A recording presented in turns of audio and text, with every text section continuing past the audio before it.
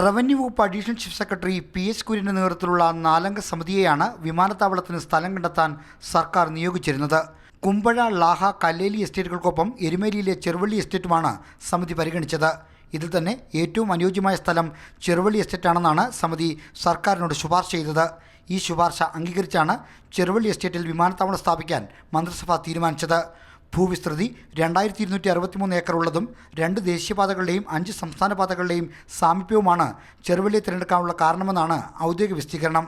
എന്നാൽ ആറന്മുളയിലെ പോലെ തന്നെ വിവാദങ്ങളുടെ കേന്ദ്രമാണ് ചെറുവള്ളി എസ്റ്റേറ്റും. പാട്ടവ്യവസ്ഥയിൽ ഹാരിസൺ മലയാളം കമ്പനി കൈവശം വെച്ചിരുന്ന ഈ ഭൂമി 2005-ൽ ബിലീവേഴ്സ് ചർച്ചിന് കീഴിലുള്ള ഗോസ്പൽ ഏഷ്യയ്ക്ക് വിറ്റിരുന്നു. പാട്ടഭൂമി വിറ്റത് തന്നെ നിയമവിരുദ്ധമാണെന്നായിരുന്നു ഹാരിസൺ ഭൂമി തിരിച്ചുപിടിക്കാൻ സർക്കാർ നിയോഗിച്ച സ്പെഷ്യൽ ഓഫീസർ രാജമാണിക്യത്തിൻ്റെ കണ്ടെത്തൽ. ഈ ഭൂമി തിരിച്ചുപിടിക്കണമെന്നും കയ്യേറ്റമുണ്ടോ എന്ന് കണ്ടെത്താൻ അളന്ന് തിട്ടപ്പെടുത്തണമെന്നും അദ്ദേഹം സർക്കാരിനോട് ശുപാർശ ചെയ്തിരുന്നു. ഇതിനെതിരെ ബിലീവേഴ്സ് ചർച്ച് നൽകിയ പരാതിയിൽ ഹൈക്കോടതി ഇനിയും തീർപ്പ് കൽപ്പിച്ചിട്ടില്ല. KSEBയുമായും കേസുണ്ട്. ഉടമസ്ഥാവകാശം സംബന്ധിച്ച തർക്കങ്ങൾ കണക്കിലെടുത്താകണം തീരുമാനമറിയിക്കുന്ന സർക്കാർ വാർത്താക്കുറിപ്പിൽ എസ്റ്റേറ്റിനെ ഹാരിസൺ മലയാളത്തിൻ്റെ ചെറുവള്ളി എസ്റ്റേറ്റ് എന്ന് വിശേഷിപ്പിച്ചിരിക്കുന്നത്. ആർ. ശ്രീജിത്ത്, മാതൃഭൂമി ന്യൂസ്, തിരുവനന്തപുരം.